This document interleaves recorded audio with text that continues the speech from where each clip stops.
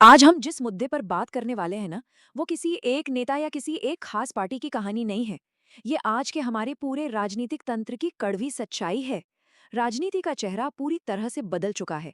एक समय था जब चुनाव इस बात पर लड़े जाते थे कि देश का भविष्य क्या होगा, लंबी अवधि के विकास मॉडल क्या होंगे। लेकिन आज आज सारा फोकस इस बात से हट चुका है कि स्कूल या अस्पताल कैसे बनेंगे, और पूरा जोर सिर्फ इस बात पर है कि किसको कितना फ्री मिलेगा। आज हम इसी कड़वे सच की गहराई में जाएंगे, उन आंकड़ों को डिकोड करेंगे जो रैलियों के शोर शराबे में अक्सर कहीं दब जाते हैं। तो तैयार हो जाइए, क्योंकि ये सफर हम सबको सोचने पर मजबूर कर देगा।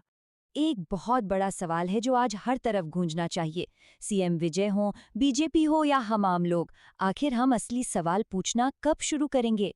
ये सिर्फ एक लाइन नहीं है, ये आज के वक्त की सबसे बड़ी और सबसे जरूरी पुकार है। चाहे वो बड़े बड़े क्षेत्रीय नेता हों या फिर राष्ट्रीय स्तर की विशाल पार्टियां, एक आम नागरिक होने के नाते हमें ये पूछना ही पड़ेगा कि इन सब के बीच हमारा भविष्य आखिर कहाँ खड़ा है। अब जरा जमीनी हकीकत और तथ्यों को देखते हैं। हाल ही में तमिलनाडु में जो चुनावी वादे किए गए हैं, उन पर गौर कीजिए। वहां के क्षेत्रीय नेता क्या कह रहे हैं? महिलाओं के बैंक खातों में सीधे पैसे ट्रांसफर किए जाएंगे। जो युवा हैं, उन्हें घर बैठे स्पेशल भत्ते दिए जाएंगे। किसानों के लिए आर्थिक मदद की घोषणाएं हो रही हैं, और न जाने कितनी मुफ्त योजनाओं का पूरा जाल बिछाया जा रहा है। सुनने में ये सब बहुत शानदार लगता है ना?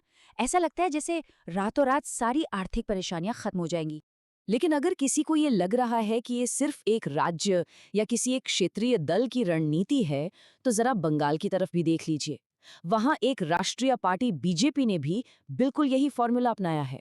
महिलाओं को डायरेक्ट कैश, युवाओं को नौकरी और भत्ते का वादा, किसानों को मदद और मुफ्त राशन। इन दोनों को अगल बगल रखकर देखिए, ये एकदम साफ हो जाता है कि ये फ्री वाला सिस्टम अब एक पक्का सिस्टमैटिक राजनीतिक टूल बन चुका है।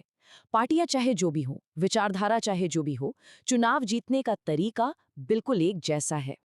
और ठीक यहीं पर हम उस सबसे बड़े सवाल पर आकर खड़े हो जाते हैं, जो हर मंच से गायब है। ये सब होगा कैसे? भाई, कोई भी नेता मंच से खड़े होकर ये गणित क्यों नहीं समझाता? करोड़ों अरबों रुपए के इन वादों को जमीन पर उतारने का जो असली अर्थशास्त्र है, वो क्या है? हवा में वादे उछाल देना बहुत आसान है, लेकिन अर्थव्यवस्था हवा से नहीं चलती। एक बहुत ही कड़वी सच्चाई है जिसे हमें अपने दिमाग में हमेशा के लिए फिट कर लेना चाहिए। सरकार कोई एटीएम मशीन नहीं है। सरकार के पास अपना कोई छिपा हुआ खजाना नहीं होता कि जब चाहा एक बटन दबाया और पैसे बाहर आ गए। ये एक बहुत बड़ा भ्रम है, एक इल्यूजन है जो आज की राजनीति बहुत ही चालाकी से हमारे दिमाग में डाल रही है। तो फिर बड़ा सवाल ये है कि वो पैसा आता कहाँ से है? ये पैसा हम सबकी जेब से आता है। जब हम बाजार से कोई भी छोटा बड़ा सामान खरीदते हैं, तो हम उस पर भारी जीएसटी चुकाते हैं। पेट्रोल भरवाते समय दुनिया भर के टैक्स देते हैं। हर महीने अपना बिजली का बिल भरते हैं।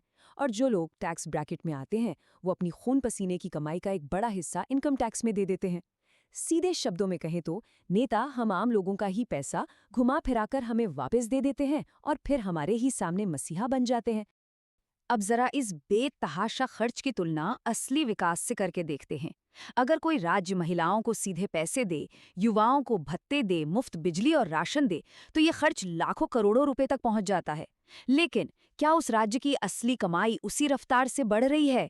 क्या वहां नई नई फैक्ट्रियां लग रही हैं? क्या सच में नई नौकरियां पैदा हो रही हैं? क्या टैक्स कलेक्शन इतना बढ़ रहा है कि इस पूरे भारी भरकम खर्च को संभाला जा सके? सारे आंकड़े चीख चीख कर बताते हैं कि इसका जवाब है बिल्कुल नहीं। तो जब कमाई नहीं बढ़ती और खर्च लगातार बढ़ता जाता है, तो असल में होता क्या है? तब शुरू होता है एक खौफनाक आर्थिक चक्र। सबसे पहले सरकार ये सारे मुफ्त के वादे पूरे करने के लिए बाजार से बेतहाशा कर्ज लेती है। जब कर्ज बढ़ता है, तो उस पर दिया जाने वाला ब्याज भी बढ़ता है। अब उस ब्याज को चुकाने के लिए सरकार क्या करेगी? जाहिर है, वो हम पर ही टैक्स बढ़ा देगी। और अंत में इस पूरी गैर जिम्मेदार राजनीति का सबसे बड़ा बोझ किस पर गिरता है? हमारी आने वाली पीढ़ियों पर। जो पीढ़ी अभी वोट भी नहीं दे रही ना, उसे ये सारा कर्ज चुकाना पड़ेगा। अब इस पूरी राजनीति के पीछे का जो साइकोलॉजिकल खेल है, उसे समझते हैं। नेताओं को ये अर्थशास्त्र बहुत अच्छे से समझ आता है। लेकिन जब वो किसी विशाल रैली के मंच पर होते हैं, तो अगर वो कहें कि हम इंफ्रास्ट्रक्चर बनाएंगे, इकोनॉमी सुधारेंगे, तो भीड़ बहुत कम ताली बजाती है। लेकिन जैसे ही वो माइक पर चिल्लाते हैं, हर महीने आपके बैंक खाते में खटाखट पैसे आएंगे, तो पूरी भीड़ खुशी से पागल हो जाती है। ये एक बहुत ही खतरनाक और निंदनीय खेल है जो वोटरों की भावनाओं के साथ खेला जाता है। और इसी खेल का एक बहुत ही खौफनाक परिणाम निकलता है। आज की राजनीति का सबसे बड़ा और सबसे काला सच यही है। यहाँ गरीबी खत्म करने की बात नहीं हो रही है, बल्कि गरीब को हमेशा सरकार पर निर्भर यानी डिपेंडेंट रखने की राजनीति हो रही है। ऐसा क्यों? क्योंकि अगर एक आम इंसान अपने पैरों पर खड़ा हो गया, आर्थिक रूप से मजबूत हो गया, तो वो आंख में आंख डालकर सवाल पूछेगा। और याद रखिए, आज की राजनीति सवालों से बहुत डरती है। इसीलिए अब वक्त आ गया है कि हम वो तीखे सवाल पूछना शुरू करें। अगर सरकारों के पास सच में इतना पैसा है कि वो सब कुछ मुफ्त बांट सकती है, तो फिर हमारे सरकारी स्कूल प्राइवेट स्कूलों की तरह शानदार क्यों नहीं है? क्यों वहां आज भी वर्ल्ड क्लास शिक्षा नहीं मिलती? और अगर सच में बजट की कोई कमी नहीं है, तो आज भी एक बीमार और लाचार इंसान को सरकारी अस्पतालों के बाहर उन लंबी, कभी न खत्म होने वाली लाइनों में क्यों खड़ा रहना पड़ता है? इलाज के लिए उसे दर-दर की ठोकरें क्यों खानी पड़ती हैं? और ये स्थिति तो और भी डरावनी है। अगर ये सारी मुफ्त की नीतियां इतनी ही सफल हैं, तो फिर हमारे युवा आज भी डिग्रियां लेकर बेरोजगार सड़कों पर क्यों घूम रहे हैं? देश का पेट भरने वाला किसान आज भी कर्ज में डूबकर जान क्यों दे रहा है? छोटे व्यापारी हर दिन संघर्ष क्यों कर रहे हैं? हर चुनाव में बस एक नया ऑफर आ जाता है, लेकिन जमीनी हकीकत जस की तस रहती है। इन सभी सवालों का जवाब सिर्फ एक कड़वी हकीकत में छिपा है। हमें एक नागरिक नहीं, सिर्फ और सिर्फ एक वोट बैंक समझा जा रहा है। एक नागरिक के अधिकार होते हैं, वो अपने टैक्स का हिसाब मांगता है, लेकिन एक वोट बैंक, वो सिर्फ छोटे मोटे लालच और तुरंत मिलने वाले फायदों के जाल में फंस कर रह जाता है। और यही राजनेताओं का असली लक्ष्य है। लेकिन ठहरिए, यहाँ हम सिर्फ नेताओं पर उंगली उठाकर बरी नहीं हो सकते। इसमें सबसे बड़ी गलती किसकी है? सच कहूं तो हमारे, हम सब की। ये मानना बहुत मुश्किल है, थोड़ा चुभेगा भी, लेकिन लोकतंत्र में ताली हमेशा दोनों हाथों से बजती है। हम अपनी बुनियादी जिम्मेदारियों में कहाँ फेल हो रहे हैं? चुनाव आते हैं, लेकिन क्या हम पार्टियों का मैनिफेस्टो पढ़ते हैं? नहीं। जब बजट पेश होता है, तो क्या हम उससे समझने की थोड़ी सी भी कोशिश करते हैं? नहीं। हम कभी ये नहीं पूछते कि राज्य की इकोनॉमी का क्या हाल है, हमारे राज्य पर कितना कर्ज चढ़ चुका है। हम इन सबसे जरूरी बातों से पूरी तरह आंखें मूंद लेते हैं। हमारा तो सिर्फ एक ही सवाल होता है, इसमें मुझे क्या मिलेगा? मेरा क्या फायदा होगा? ये लोकतंत्र नहीं है, ये एक बेहद जहरीला लेन देन बन चुका है। और अर्थशास्त्र का सीधा नियम है, डिमांड और सप्लाई। जब जनता यही सब मांग रही है, तो नेता भी मंच से वही बेचते हैं जो जनता खरीदना चाहती है। ये एक ऐसा दुष्चक्र है जिसे हमने खुद अपने लिए तैयार किया है। तो यहाँ एक बहुत ही गहरा सवाल उठता है, हम सब आम लोग इन राजनीतिक रैलियों में लाखों की भीड़ बनकर जाते ही क्यों हैं? क्यों अपना काम धंधा छोड़कर उस तपती धूप में हम घंटों खड़े रहते हैं? इसका जवाब बहुत इमोशनल है, क्योंकि हम सब एक उम्मीद की तलाश में हैं। हमें कोई ऐसा चाहिए जो मंच से बोले कि हाँ, तुम्हारी जिंदगी अब बदलने वाली है। लेकिन असली त्रासदी उस भारी भीड़, उस कान फोड़ू शोर और उस जोश के माहौल में होती है। हम एक बहुत बड़ी गलती कर बैठते हैं। हम जागरूक नागरिक बने रहने के बजाय महज एक ताली बजाने वाली भीड़ बन जाते हैं।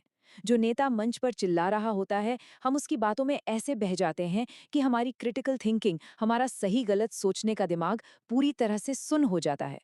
और उस तालियों की गड़गड़ाहट के बीच हम वो सवाल पूछना भूल जाते हैं जो हमारी जिंदगी तय करते हैं।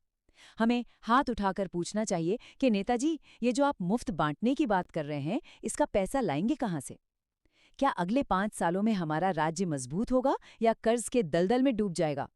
और जिस दिन ये मुफ्त की चीजें बांटने का पैसा खत्म हो जाएगा, तब हमारे बच्चों का क्या होगा? इन हालात को अब बदलना ही होगा। और इस बदलाव की शुरुआत इस एक शाश्वत सत्य से होती है। लोकतंत्र में असली मालिक हमेशा जनता होती है। कोई भी नेता, चाहे वो कितना भी बड़ा क्यों ना हो, वो जनता से बड़ा कभी नहीं हो सकता। वो हमारे सेवक हैं और हम उनके मालिक। लेकिन इस ताकत की एक बहुत बड़ी शर्त है। असली मालिक वो नहीं होता जो चुपचाप हाथ फैलाकर खैरात ले ले। असली मालिक वो है जिसके पास आंख में आंख डालकर बिना डरे सवाल पूछने की हिम्मत होती है। लोकतंत्र में आपकी असली ताकत आपके वोट से कहीं ज्यादा आपके उन सवालों में बसती है जो आप पूछते हैं। इसीलिए जिस दिन इस देश का एक आम इंसान रैलियों के मंच के नीचे खड़े होकर तालियां पीटना बंद करके ये अंतिम बात कहेगा, वादे नहीं, पूरा हिसाब दो। ठीक उसी दिन से इस देश की राजनीति असल मायनों में बदलनी शुरू हो जाएगी। वादों के इस झूठे जाल से बाहर निकलिए, अपना हिसाब मांगना शुरू कीजिए, क्योंकि ये आपका पैसा है, आपका राज्य है और आपका भविष्य है। इस मुद्दे पर हमारे साथ जुड़ने के लिए बहुत बहुत धन्यवाद। अगली बार जब भी कोई नया वादा सुने तो सबसे पहले उसका पूरा हिसाब जरूर मांगे।